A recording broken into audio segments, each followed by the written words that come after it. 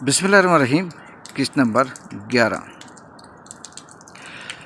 جنید نے اپنا paper set کیا، لمبی لمبی سانسیں لیں اور دل ہی دل میں دعا کی، یا اللہ خیر کرنا، آج کا دن بخیر گزرے، کوئی خطرہ نہ ہو۔ وہ ابھی یہ سوچ ہی رہا تھا کہ اچانک ساتھ بیٹھے لڑکے نے اس کے کان میں سرگوشی کی۔ وہ چند الفاظ ہی تھے مگر جنید کے پیروں تلے زمین نکل گئی۔ اس کے ہاتھ کانپنے لگے، پسینے سے شرابور جسم اور چہرے پر خوف کے آثار نمایاں ہو گئے۔ سانس جیسے حلق میں اٹک گئی ہو۔ وہ جو پیپر دیکھ کر مطمئن ہو چکا تھا، اچانک ساری امیدوں پر پانی پھر گیا۔ خان صاحب، آج آپ جلدی پیپر دے کر نکل جانا۔ باہر لڑکے پروگرام بنا رہے تھے کہ جس نے پورے امتحان میں پیسے نہیں دیے، اسے روک کر مزہ چکھایا جائے گا۔ یہ جملہ جنید کے لیے کسی بم سے کم نہ تھا۔ دل جیسے سینے میں دھڑکنے کے بجائے لرزنے لگا، مگر وہ کر بھی کیا سکتا تھا۔ اس نے کانپتے ہاتھوں سے جلدی آسان سوالات حل کرنے شروع کیے، جن میں گرامر، خالی جگہیں، ایکٹیو پیسیو جملے بنانا اور انگلش سے اردو اور اردو سے انگلش ترجمہ جیسے سوالات شامل تھے۔ یہ سب سوالات اس نے پہلے 30 منٹ میں مکمل کر لیے، مگر ہر سوال ایسے محسوس ہو رہا تھا جیسے وہ پل صراط سے گزر رہا ہو۔ ابھی وہ اپنے جوابات لکھ ہی رہا تھا کہ دروازے پر ایک خبسے والا نوجوان اندر داخل ہوا۔ اس کا چہرہ رعبدار اور انداز دبنگ تھا۔ جیسے ہی وہ امتحانی ہال میں آیا، پورے کمرے میں سناٹا چھا گیا، جیسے سب کو سانپ سونگھ گیا ہو۔ جنید نے بھی اس نوجوان کی طرف دیکھا تو لگا بس آج دنیا ختم ہو گئی۔ یہ نوجوان MQM حق پرست یعنی الطاف حسین گروپ سے تعلق رکھتا تھا، جبکہ اس سے پہلے جو لوگ آتے تھے ان کا تعلق حقیقی گروپ سے ہوتا تھا۔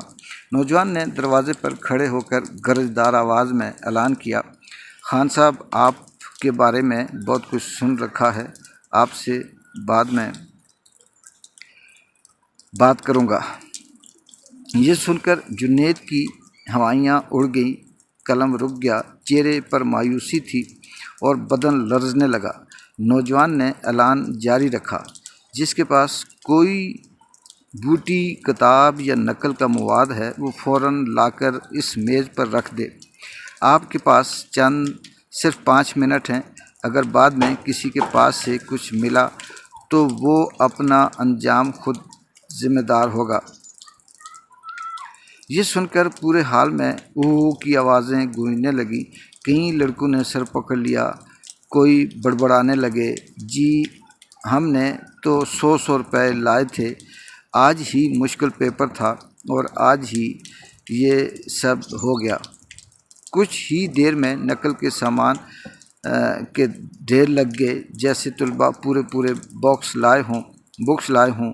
جنید یہ سب دیکھ کر حیران رہ گیا، لیکن دل کو تسلی ہوئی کہ چلو میرے پاس کچھ بھی نہیں، میں تو بے فکری سے پیپر دے سکتا ہوں۔ جب سب لڑکوں نے اپنا سامان میز پر رکھ دیا تو وہ نوجوان سیدھا جنید کے پاس آیا اور مسکراتے ہوئے کہا، شاباش خان صاحب، مجھے سب معلوم ہے کہ تم نے 1 پیسہ بھی نہیں دیا، چلو آؤ میرے سامنے آ کر بیٹھو۔ جنید نے پہلے انکار کیا، مگر اس کے اصرار پر وہ دروازے کے قریب والی نشست پر جا کر بیٹھا۔ جنید نے پوچھا، اس نوجوان نے جنید سے پوچھا، کوئی تمہیں تنگ تو نہیں کر رہا؟ جنید نے فوراً جواب دیا، یہ نگران مجھ سے سگریٹ مانگ رہا تھا اور دھمکیاں بھی دے رہا تھا۔ یہ سن کر نوجوان نے نگران کو گھورتے ہوئے کہا، خبردار، اگر اس کے پیپر میں کوئی خلل ڈالا تو انجام کے خود ذمہ دار ہوں گے۔ پھر نوجوان نے جنید سے پوچھا، کتنے سوال حل کیے؟ جنید نے بتایا، بس ایک مضمون باقی ہے، وہ بھی مجھے یاد ہے، ابھی لکھ دوں گا۔ یہ سن کر نوجوان نے ایک کتاب کھولی، اس میں سے قائد اعظم پر مضمون نکالا اور کہا، یہ دیکھ کر لکھو۔ مگر جنید نے ہمت سے جواب دیا، نہیں، مجھے سب آتا ہے، میں خود لکھ لوں گا۔ نوجوان نے مسکرا کر کہا، ڈرو مت، میں ہوں نا، میں نے تمہارے بارے میں سب سن رکھا ہے اور مجھے ہر چیز کی خبر تھی۔ جنید نے دل ہی دل میں اللہ کا شکر ادا کیا اور پورے انعماق سے پیپر مکمل کیا۔ 70 سے 80 منٹ کے بعد اس نے پیپر نوجوان کو دیا اور پوچھا باہر کوئی خطرہ تو نہیں؟ نوجوان نے اعتماد سے کہا اگر کسی نے کچھ کہا تو میرا نام لینا، سب مجھے جانتے ہیں، یہ غنڈہ گردی کر رہے تھے، مجھے اطلاع ملی اس لیے خود آیا ہوں، دیکھتا ہوں آج کون بدمعاشی کرتا ہے۔ یہ سن کر جنید نے دل دل میں اللہ کا شکر ادا کیا اور شکریہ ادا کرتے ہوئے نکلنے والا تھا کہ اس نوجوان نے پوچھا آپ کہاں سے ہو؟